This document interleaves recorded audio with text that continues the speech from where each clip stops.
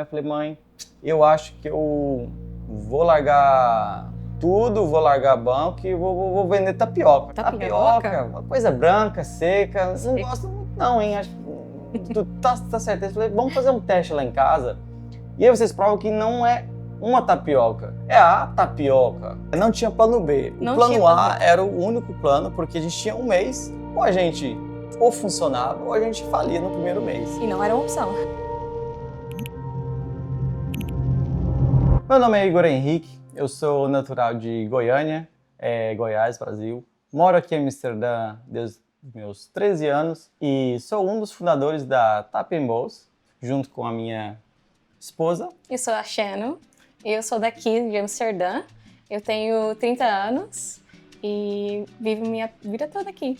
É holandesa, com coração brasileiro, como vocês podem ver. Primeiramente, também queria agradecer essa oportunidade de contar um pouquinho da nossa história. Muitas pessoas visitam aqui a nossa loja e a gente rapidamente troca algumas ideias, algumas perguntas que a galera muitas vezes passam aqui e fazem. Então essa oportunidade é bem legal para compartilhar com vocês um pouco da nossa trajetória até aqui. Então nossa história começa há 13 anos atrás. Conhecemos um do outro quando nós estávamos trabalhando num lugar de macarrão, chama Júlias, fica no Central Estação. Eu tinha 16? 16 para 17, eu tinha 18, mas... era tipo o meu primeiro trabalho, assim... Ela era atendente, eu lavava prato. E um detalhe legal é que, bom, hoje a gente trabalha com comida juntos. E quando a gente se conheceu, a gente também trabalhava juntos, de outra forma, em outro local. Eu falo como eu era o DJ, né? Eu lavava os pratos, mas... O que eu lembro foi que você sempre tinha colocado uma musiquinha ali no fundo e sempre quando eu trocava de roupa, eu via você lá e escutando uma musiquinha bem animado. Eu falei, nossa, música animada, não conhece português. Coisa brasileira. Coisa brasileira. Eu falei, diferente, né? Eu nunca tinha escutado assim português na minha vida. Eu não conheci Brasil e trabalhei lá por 2 meses. Você também? Meses. Mas depois de um ano a gente se reencontrou. Eu tava no centro. Eu tava trabalhando num lugar de roupa e tava trabalhando no departamento de os homens. E do nada ele entra com uns amigos e eu falei, nossa, eu reconheço esse menino, eu conheço de algum lugar. Aí depois batemos um papo e adicionamos um do outro no Facebook Messenger, que naquela época era assim, não era muito WhatsApp, essas coisas não, era mais Facebook Messenger. E daí começou a nossa história, né? E hoje a gente tem um negócio de comida juntos, então de algum modo o destino nos trouxe de volta ao início, quando a gente se conheceu. E quando nós se conhecemos, eu não sabia de nada do Brasil e nunca tinha cozinhado nada, eu não sabia nada da cultura e foi me apaixonando assim por algumas receitas, comecei a fazer umas receitas, eu lia a receita, traduzia e fazia para você. Aí um dia eu lembro que eu fiz um brigadeiro. Aí eu acho que ali você me apaixonou por mim, né? Eu lembro, brigadeiro foi um brigadeiro bem feito. E outro dia eu fazia eu lembro, chama bolo pega marido. E era um bolo, um bolo gostoso, leite condensado, e eu trouxe para você. Então, realmente, ali começou a minha jornada. Sua brasileiragem. A brasileiragem. Assim. O coração brasileiro começou a pulsar um pouquinho mais forte. Até minha irmã é irlandesa, e toda sexta eu iria para Zandam encontrar você. E sempre levava alguma coisa para nós comer juntos. A minha mãe sempre perguntava para mim, mas por que você tá fazendo isso? Porque a minha mãe e meus pais não tinham esse amor assim por comida, que é o qual eu tenho. Depois eu trazia para você e nós iríamos comer junto. E assim também começou a aprender mais o português, mais receitas, mais seguir. Aí eu ia por parte de sal também, porque começa no doce, né? Aí depois vai por parte do sal, aí eu procurava assim, o que é refogar cebola? Então, e aí eu vi que usa muito cebola, alho, temperos diferentes que eu nunca tinha usado. E aí minha sogra me ensinou a fazer arroz, ensinou a fazer feijão. O básico, O básico, bem feito. E depois eu comecei a cozinhar E começou a vir os quilos também, né? Que sempre acontece no início do namoro. Come muito. O que você mais faz e mais gosta de comer. Acho que isso não precisa não, acho que já é muita informação. Bom, eu sou de Goiânia, vim para Amsterdã com meus 13 anos. Primeiro, a minha mãe veio em busca de uma vida melhor, como muitos brasileiros vão para o exterior. Minha mãe era cabeleireira no Brasil e ela veio para Amsterdã junto com meu tio e meu primo. E depois de um ano, ela se apaixonou e decidiu que queria morar aqui. E eu vim depois de um ano e comecei a estudar aqui, a integrar, aprender mais sobre a cultura holandesa. E desde então, estou aqui. Bom, enquanto eu estudava, eu sempre gostei de trabalhar junto ou nos momentos que eu tinha a possibilidade de fazer um bico, né, aonde era possível. E, na verdade, meu primeiro trabalho foi em Beverwijk, que é uma cidade um pouco longe de Amsterdã, mas lá também trabalhei com comida. E assim que surgiu uma oportunidade de uma vaga nesse restaurante italiano de macarrão, eu apliquei e fui chamado, eles gostaram de mim, mas só para lavar vasilha, né? Só para lavar a panela. E aí lá eu conheci Shannon, que ela era, na verdade, atendente do caixa. Então ali a gente se conheceu, mas foi por um período muito curto, um mesinho, porque a gente ficou ali por pouco tempo. Eu, na verdade, sou aqui de Amsterdã, nasci aqui, cresci a minha vida toda aqui. E eu amo Amsterdã, e assim, quem é de Amsterdã, ama Amsterdã. E eu não consigo imaginar fora de Amsterdã. E quando eu conheci o Igor, eu comecei a ver outra cultura, entender outra língua, e eu comecei a estudar. E hoje em dia, muita gente vem aqui para a loja, pensa que eu sou, né, ou um dos meus pais são do Brasil, ou que eu já moro muito tempo aqui, mas na verdade eu sou holandesa, com o coração brasileiro mesmo. Depois de 6 anos, mais ou menos, e o Igor falou, então, bora conhecer a minha família do Brasil. E eu topei, falei, não, bora, vamos conhecer. E eu pensei, nossa, agora realmente eu vou comer uma comida brasileira no Brasil, que aqui eu só fazia aqui, né? Então eu falei, vou conhecer realmente a cultura, a comida. E fomos por a sua família de Goiânia, mas conhecemos também Maragogi, Recife. E ali mesmo começou a nossa história com tapioca. E eu acho que a tapioca veio mais do meu lado, porque eu tenho uma leve intolerância a glúten e como muitos de vocês talvez sabem que moram aqui se come muito pão, então muito glúten, é difícil achar opções sem glúten.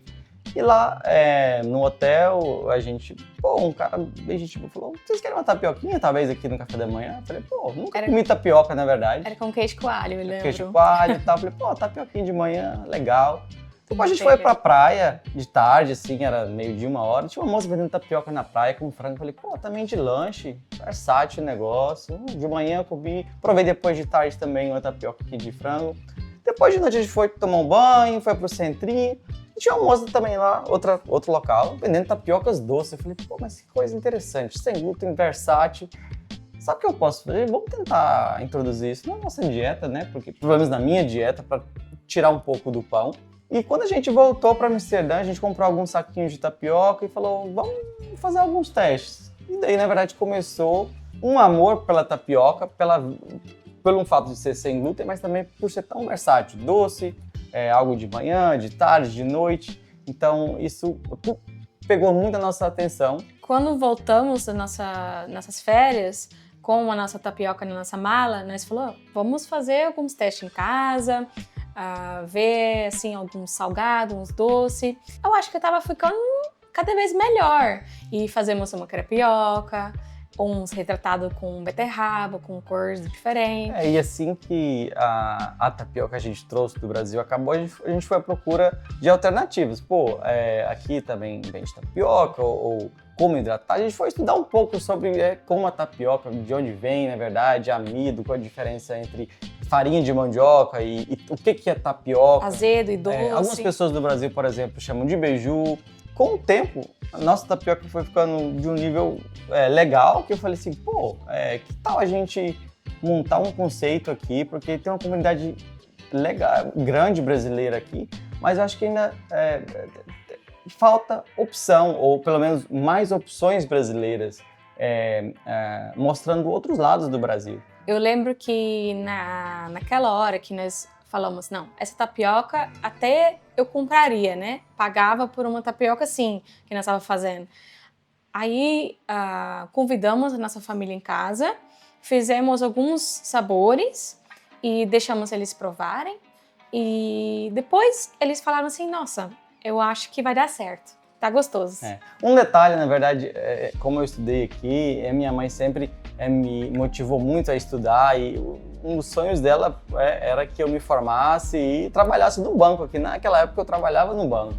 E aí eu falei pra minha mãe, mãe, eu acho que eu vou largar tudo, vou largar banco e vou vender tapioca. E aí, bom, minha mãe de Goiânia, ela nunca foi assim com tapioca, ela falou, tapioca, uma coisa branca, seca, não gosto muito não, hein, acho que tu tá certo. Eu falei, vamos fazer um teste lá em casa.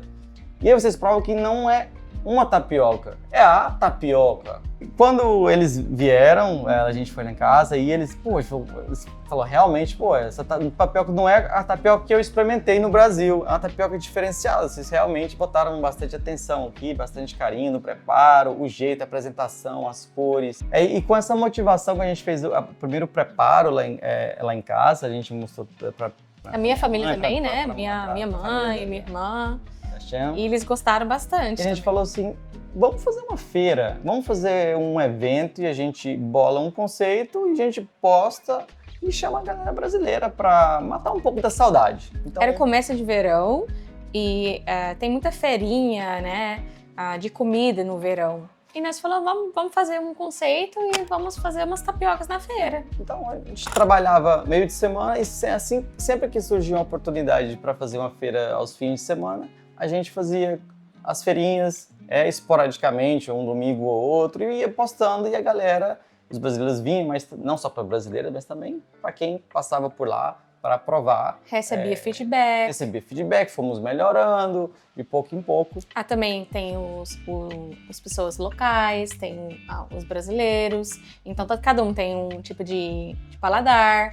Então, nesse processo de bolar um conceito, a gente estava já fazendo algumas feiras e a gente pensou, um problema aqui, comparando ao Brasil, é que é a temperatura, né? O inverno é mais rígido, o verão é mais curto e a gente já tinha um elemento que a gente pensava ser um elemento bom, como a tapioca, e a gente já estava confiante que era um produto que ia ser bem aceito aqui pela versatilidade. Mas aí a gente pensou, o que a gente pode também trazer um elemento frio, saudável e bem brasileiro? E a gente veio também com um açaí de qualidade. E além de ser algo saudável, a gente fizemos vários testes até a gente chegar a um açaí que a gente pensa, esse açaí é aquele açaí gostinho do Brasil, autêntico, mais puro o possível, para quem provasse, né, chegar, realmente gostasse e trazesse um pouco desse gostinho brasileiro. E com o conceito elaborado, pronto, decidimos fazer os festivais também e nós começamos a ver que as pessoas gostavam de uma tapioca de um jeito, que era um produto fresco, e os brasileiros gostavam de outro jeito, gostavam com coco, com leite condensado, e ali começamos a ver que nós então lidando com um público diferente, que não é só os brasileiros e não é só os holandeses. Então ali realmente adaptamos o nosso cardápio e apresentamos o nosso conceito lá na faculdade e fomos fazer a oferta lá. E nesse processo de adaptação, um dos problemas, por exemplo, foi achar um balanço legal de cardápio que tanto para os holandeses, tanto para os brasileiros que iam na faculdade também nos procurar, que todos tivessem uma opção que fosse autêntica, mas que agradasse a todos os gostos. Então, esse processo de adaptação a gente colocou muito tempo e muitos testes, e apenas recebendo feedback, ideias, dicas, a gente foi adaptando, testando, vendo o que funcionava e o que não funcionava, e assim a gente foi elaborando de pouco em pouco mais o conceito. E lá na universidade nós estávamos fazendo oferta para os estudantes, para os professores, mas o que estava acontecendo? Que os brasileiros de fora estavam vindo para o campus para comer lá dentro da faculdade. Até o nosso gerente estava vendo isso, ele falava assim, nossa, tem um aumento de venda de vocês, e falamos que realmente nós temos uma comunidade muito forte e que os brasileiros sentem saudade de produto brasileiro aqui em Amsterdã. Então, na faculdade funcionava assim, basicamente todo mês a gente mudava de campus para campus, né, de faculdade a faculdade. Aqui em Amsterdã assim, tem várias universidades e várias localizações, e todo mês a gente mudava.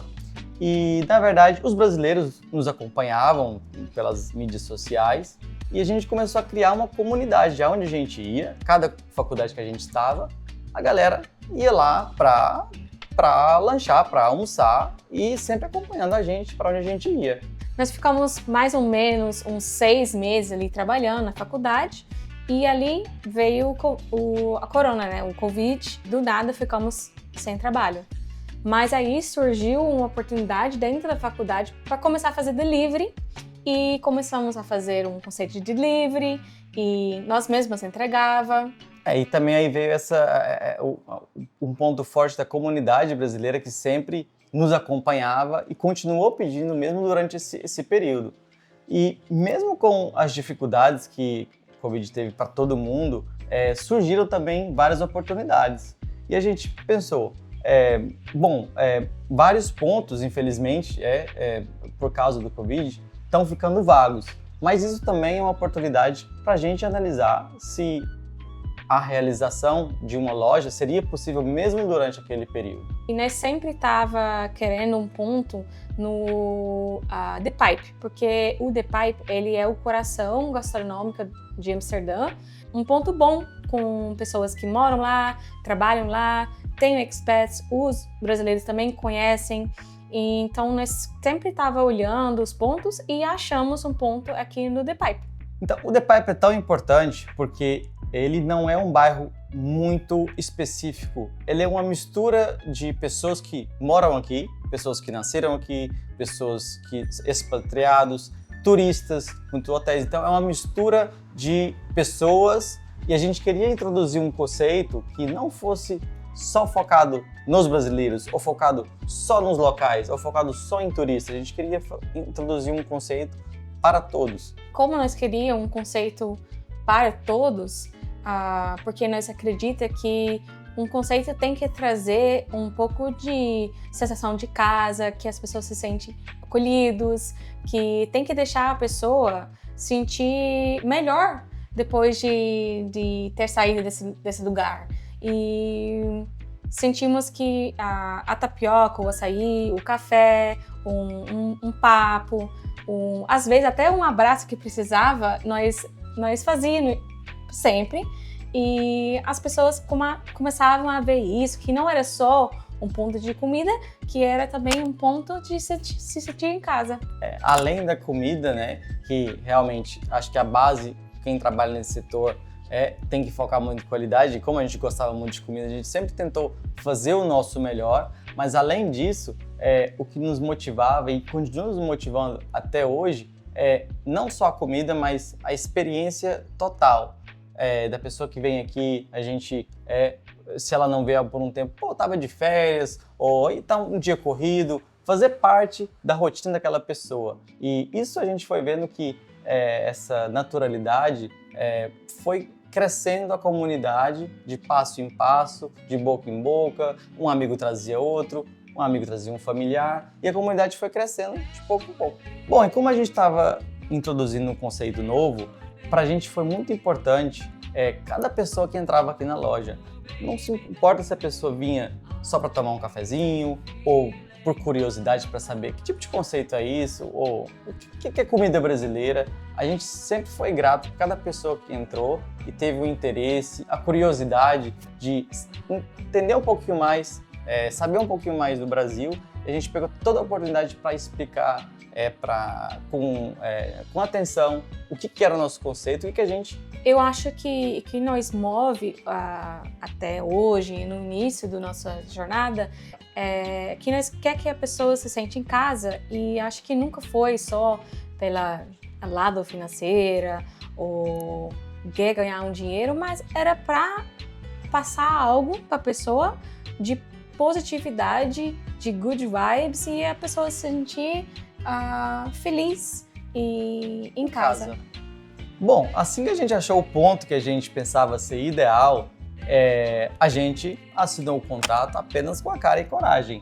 A gente sem um planejamento muito elaborado e começamos a fazer, tudo que a gente tinha juntado, sem investimento, sem empréstimo, o que a gente tinha, a gente falou, a gente vai fazer a melhor loja possível com isso. Só que como toda reforma, sempre sai um pouco do orçamento. E no final, nós tínhamos, na verdade, só o dinheiro para o primeiro aluguel.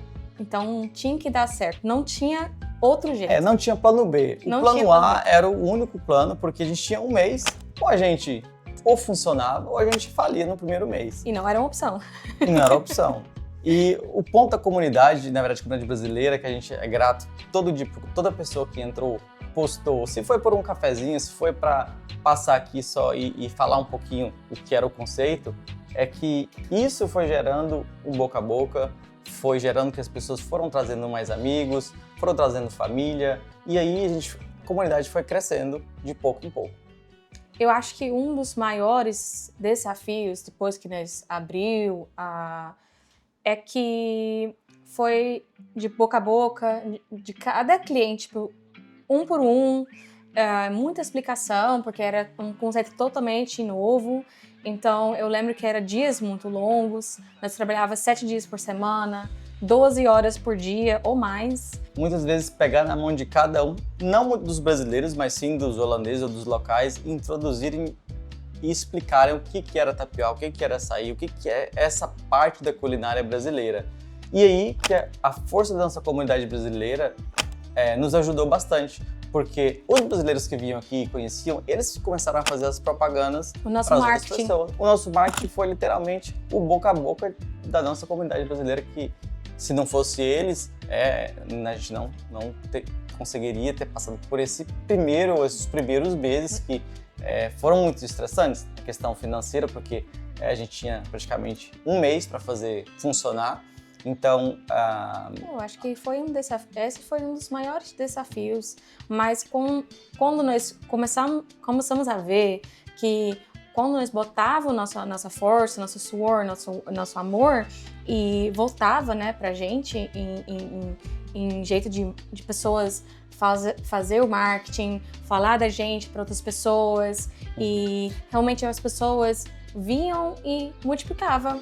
Então, pra gente, eu acho que existem erros e acertos. Bom, normalmente o que todo mundo ensina a fazer, o que é o lógico e eu acho que talvez, na maioria dos casos, o correto a ser feito é fazer um bom planejamento, estudar um local, fazer uma pesquisa de mercado, um seu planejamento financeiro e, eventualmente, efetuar.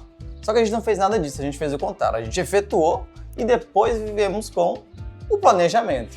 Isso significa resolver os pepinos de todo dia, no dia, na hora, e ser flexível para adaptar e dia por dia, fazer aquele dia funcionar e conseguir dar um passo adiante. Eu acho que no início, o que era um desafio de trazer as pessoas para cá, passar o nosso conceito, deixar as pessoas vir, depois foi até um desafio a quantidade das pessoas que estavam vindo, porque a nossa estrutura, inicialmente, não estava preparada para isso. Então, nós tínhamos que adaptar de novo. E mantendo o mesmo padrão de qualidade, porque a gente sempre pensou em crescer com qualidade. E isso é difícil, porque você tem que manter um padrão, tem que manter uma consistência. Processos. E no início foi difícil trazer essa galera, mas depois um dos problemas que a gente passou é como a gente vai conseguir manter o nosso produto, a nossa oferta no mesmo nível, no mesmo padrão de qualidade, porque era a razão inicial também que a galera vinha e continuava a vir. Não é só uma estética bonita. Se a base não é boa... Se a base não é boa e o produto, tipo, a pessoa vem na segunda, mas depois a pessoa vem numa final de semana movimentada, tem que ser o mesmo padrão, e também... mesmo tapioca. No início, era só nós dois. Mas depois começamos a crescer e nós precisávamos de mais mãos. E ali começou o nosso time, aumentar o nosso time. E para nós estava tudo aqui na nossa cabeça, só que nós não tínhamos colocado no papel ainda todos os processos. Então nós começamos a ver que ali nós tínhamos que fazer os processos, passar o know-how, passar a nossa habilidades para as outras pessoas. E isso foi no início um pouco difícil, porque eu acho que como dona, você quer manter a padrão, a qualidade, e você fica com um pouquinho de medo, porque você receio até de outras pessoas fazerem e não fazer como você já era acostumado a fazer. Então, esse foi um desafio para a gente mesmo também, a parte do treinamento, conseguir manter um padrão que mesmo quando nós mesmos não fazíamos as tapioca, o açaí, ou estávamos aqui, que o padrão e o conceito se mantia como ele foi planejado desde o início. Bom, muitas pessoas falam que um negócio precisa de ali mais ou menos seus 3 anos para ter uma maturidade. E mesmo a gente acreditando no nosso conceito, a gente sempre pensou que não, esses 3 anos não necessariamente aplicavam para a gente, mas com o dia a dia a gente foi vendo que realmente esse setor ele demanda muito das pessoas, porque você lida com pessoas todo dia, você lida com energia de pessoa todo dia, falar muito, introduzir, pegar na mão, explicar o cardápio, pegar pedido, então isso suga muita energia e são dias muito longos. Se a gente tivesse algo que alguém desse setor ou desse ramo, né, de hospitalidade no início, acho que ajudaria muito para que nesse ramo é muito trabalho, a gente já sabia, mas quanto e quantas horas, eu acho que pra gente isso foi, quando a gente abriu a loja, foi um impacto muito grande, porque dias de 12, 13, 14 horas trabalhando eram dias normais, e isso foram por meses e meses e meses, e por acaso talvez isso foi pela escolha que a gente tomou no inío de ter a coragem de começar e não ter o planejamento, que muitas pessoas fazem realmente o planejamento, fazem um mapa de treinamento, fazem pontinho por pontinho e aí efetuam. Eu acho que o desafio e o que nós tínhamos que fazer era manter a consistência. Manter a consistência que todo dia, mesmo jeito abrindo, mesmo jeito fechando, e com problemas no meio disso. Então nós tínhamos que resolver, mas amanhã nós tínhamos que estar lá com um sorriso na cara de novo, às 9 da manhã, fazendo um cafezinho pra galera. E se colocar no lugar do outro, porque a gente pensa, eu tive um dia longo, eu tive um dia cansativo, mas para o cliente ele vem aqui uma vez, então aquela experiência dele ou dela, pra gente é muito importante que seja uma experiência boa e que essa pessoa voltasse e trazesse um amigo, um familiar e continuasse a introduzir o conceito para outros. E também nós começamos a implementar vários processos, como você faz uma tapioca, investimos num equipamento bom. Eu acho que nossa trajetória, nós erramos muito, aprendemos muito e depois de alguns anos a gente falou assim, vamos agora fazer uma reforma boa para nós conseguir manter a demanda, manter os processos, e ali começou a ideia de alugar uma cozinha de preparação, que daí nós iria ter mais espaço para o estoque, e ele iria alimentar, né, essa loja, dar um suporte. Como é que chama ele? A nossa mãe, né? Hub. O nosso hub.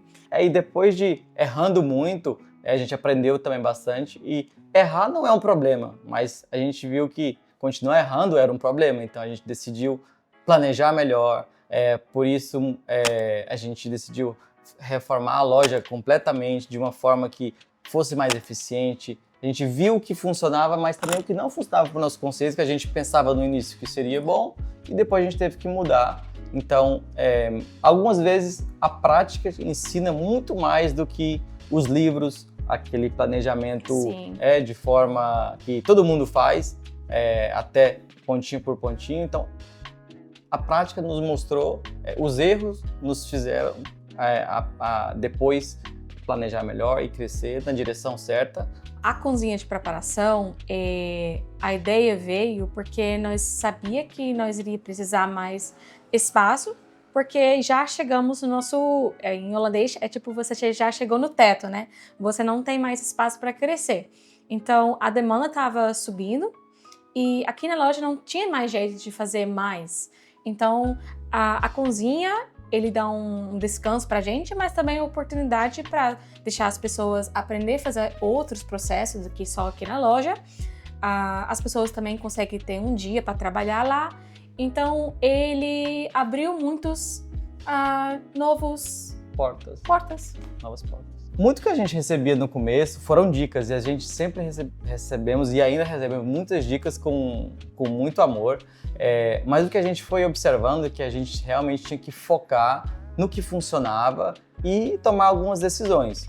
Por exemplo, quando a gente abriu a loja, a gente tinha o nosso cardápio era muito grande. Então, com o tempo, a gente foi vendo que isso não era eficiente, atrapalhava muito no treinamento, manter a qualidade. Então, a gente foi manter o estoque, e a gente foi funilando isso a um ponto que a gente chegava a um balanço que a gente conseguia manter um conceito único, um conceito com qualidade, um conceito com opções suficientes, mas não muitas variações. Eu acho que um cardápio elaborado, balanceado é bem melhor. Então nós temos um pouquinho de tudo, nós temos vários pilares, que é a tapioca, o açaí, o café e o nosso side dishes, que é uns salgadinhos. Quando nós começamos o TAP, cada um tinha uma área que gostava, mas depois de um tempo você vai vendo que tem que fazer o que precisa. Então, como nós dividimos as coisas aqui, as responsabilidades, é muito natural, é muito o que precisa e quem vai fazer, quem tem o tempo, quem quer fazer. Então, não é tão estruturado, talvez nas outras empresas, quando você tem um parceiro assim mais oficial, mas somos parceiros, somos um casal. Então, eu lembro que no início, nós trabalhávamos 7 dias por semana juntos, e tinha que dar certo o conceito, mas tinha que dar certo o relacionamento, né? Porque senão a TAP não iria continuar. E essa questão de responsabilidades também, o que eu posso agregar, que não é uma vaga que você trabalha em um local que você tem isso para fazer. Tem muita coisa para fazer, e o que acho que deu certo entre a gente é que nós dois temos esse tipo de vamos fazer acontecer. Bora lá, tem que ser feito, vamos fazer agora, não vamos deixar para amanhã, porque amanhã tem um novo problema. Vamos resolver esse problema de hoje, amanhã é o problema de amanhã. E essa mentalidade nos ajudou, e que eu acho que é um problema, porque você trabalha junto, passa muito tempo um com o outro, mas também nos ajudou a crescer e fortalecer nesses pilares de, ter uma mesma mentalidade, uma mentalidade de fazer acontecer. Eu acho que também você tem seus pontos fortes, você tem os meus, e às vezes nós tem discussões ou alguma decisão, alguma coisa assim, mas eu acho que nós sabemos o que a Tap & Goes precisa e o que nós temos que fazer para deixar isso acontecer. O fundamento é comunicação.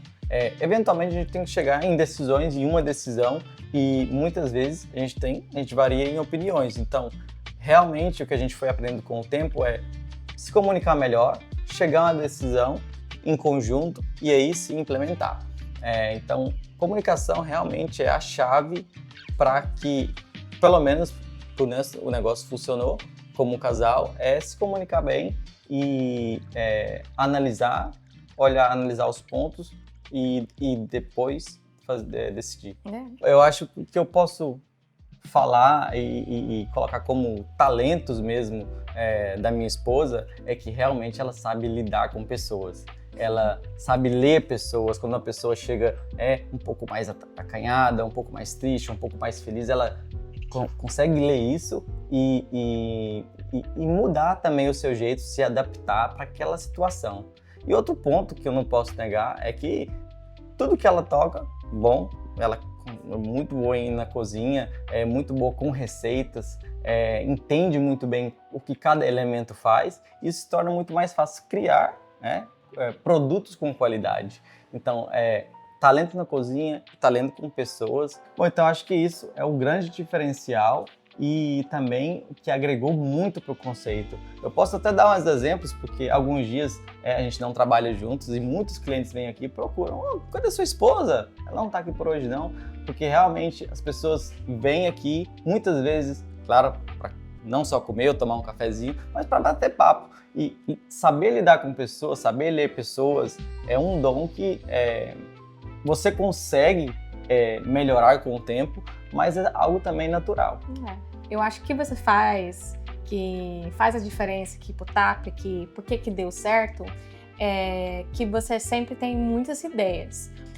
Mas se você está sempre pronta para fazer as coisas, você está sempre sempre fazendo a iniciativa para algo dar certo, positividade também. E você consegue também, mesmo você não tendo o meu dom, que é de falar muito, que eu gosto, você, hoje em dia, você até gosta de falar muito. E às vezes você fala mais que eu. Você também, por parte do time, você é muito bom como um gerente. Você consegue ver o que é paixão da pessoa, o que eles gostam de fazer, os dons, né, da pessoa, e você investe seu tempo. E assim o nosso time também é bem bom. Bom, um ponto eu acho que é um diferencial e também um desafio muito grande, que é trabalhar em casal. Bom, a gente começamos o conceito juntos, a gente trabalha junto, mas a gente também é um casal, a gente vive junto. Então, 24 horas. 24 horas. Por dia. Então, com o tempo a gente foi também aprendendo e vendo a necessidade de separar melhor quando a gente está aqui e quando a gente não está aqui. Porque, por exemplo, todo casal tem suas briguinhas, tem suas discussões, e quando a gente está trabalhando com a equipe, bom, a gente sempre preza o respeito, o cuidado, e não que a gente não tenha respeito, cuidado em casa, mas você tem colocar mais atenção nisso. Sim. Então isso foi algo que naturalmente com o tempo a gente foi aprendendo a separar melhor, mas essencial, acho que para todo mundo que é um casal, que empreende junto, que trabalha junto, ser profissional quando tem que ser profissional e ser um casal quando você pode ser um casal. No início era mais difícil. Mas com o tempo você vai aprendendo, que tudo é assim na vida, a vida é isso. Mas talvez um ponto legal também é que a gente também faz muita brincadeira, que o time também, talvez mesmo eles não trabalhando em casal, mas como colegas, Sim. Eles vê muito também coisas do dia a dia deles, e coisas que a gente também algumas vezes se deixa a gente falar e brincar, também traz um pouco de descontraição, de brincadeira. Time, assim, hoje em dia nós não trabalhamos muito tempo junto, né? São nos dias mais movimentados que nós estamos juntos. Mas eu acho que legal pro time também, porque eles conseguem ver o time inicial, que somos nós dois. Então, é bom também trabalhar juntos. Mas tem que ter os limites. Né? O balanço é aprender aonde ir e aonde... E o lado forte de trabalhar junto, de tanto tempo trabalhar junto, é que você faz alguma coisa e você nem precisa falar pra mim. Ele nem precisa. Porque eu já entendi o que precisa ser feito e você já entende quando eu tô fazendo alguma coisa. Então, nós não precisamos nem comunicar. Nós já entende. O que é mais importante com um casal trabalhando junto? Eu acho comunicação e manter respeito.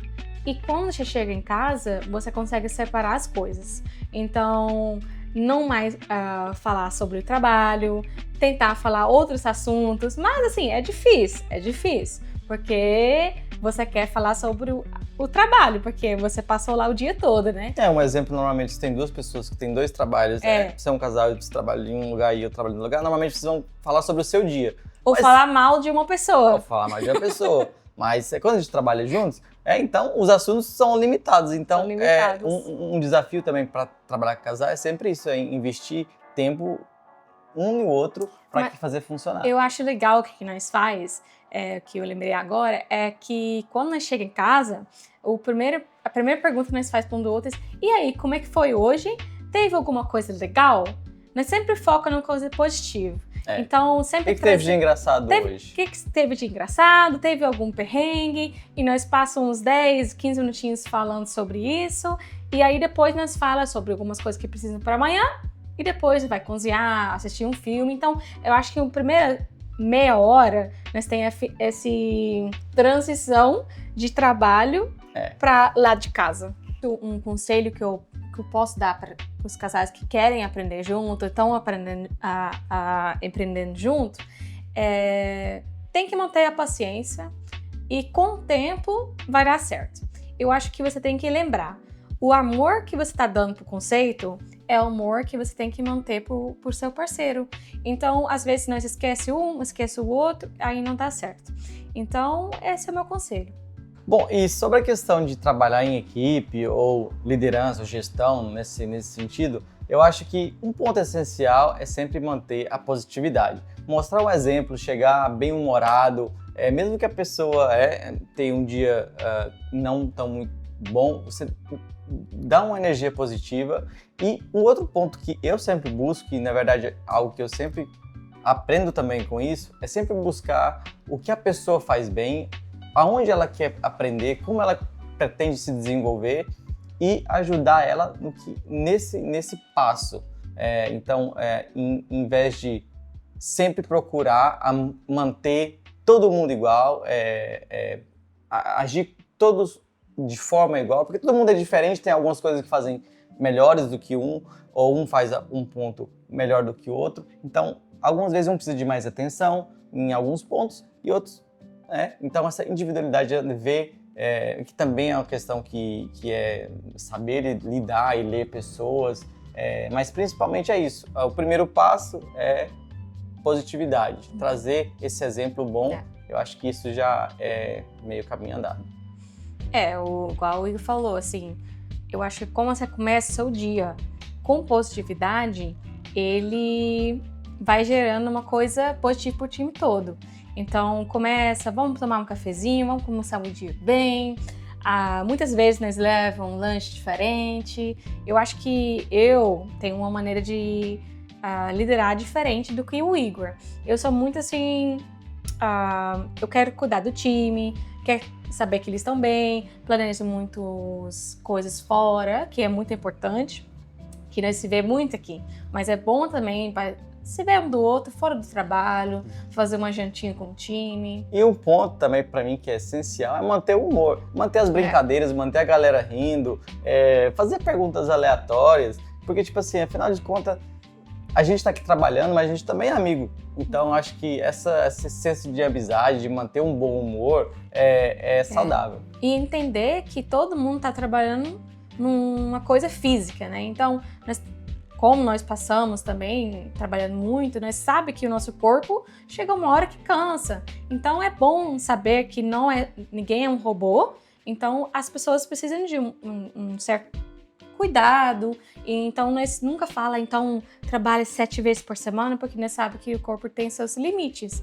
Então nós investe também numa massagem, uma coisa que pode ajudar o pessoal do time. Dicas, coisas que a gente aprendeu ou erramos muito no começo, quando a gente estava aprendendo, e agora a gente, com mais tempo, a gente consegue passar isso, os macetes de como ser mais eficiente. Algumas tarefas apresentam no início ser muito difícil, mas depois, com o tempo, sabendo o jeito certo de fazer, você aprende mais rápido e a pessoa tem mais confiança e fica mais confortável nessa posição.